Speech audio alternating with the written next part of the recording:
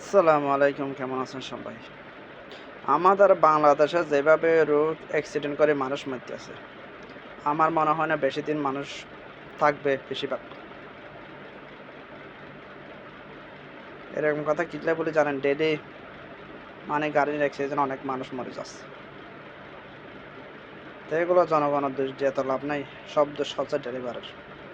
আমাদের বাংলাদেশের ড্রাইভার, ছোট গাড়ি বড় গাড়ি যেগুলো ড্রাইভার আছে, প্লিজ ভাই প্লিজ গাড়িগুলো চালাবার সময় একটু হুঁশিয়ারে চালাবেন। যেভাবে আপনারা গাড়ি চালাচ্ছেন, দেশে কি অবস্থা হচ্ছে দেখতেছেন। গাড়িগুলো অবশ্যই একটু ভালো করে দেখে শুনে ওভারটেক করবেন, প্লিজ ভাই প্লিজ। একটা আপনাদের ভুলের কারণে অনেক অনেক ফ্যামিলির সব কিছু হারাচ্ছে, তাই আপনাদের উদ্দেশ্যে এই কথাটা বলা। যেভাবে ডেলি ডেলি গাড়ি অ্যাক্সিডেন্ট হচ্ছে, অনেক মানুষের ক্ষতি হচ্ছে।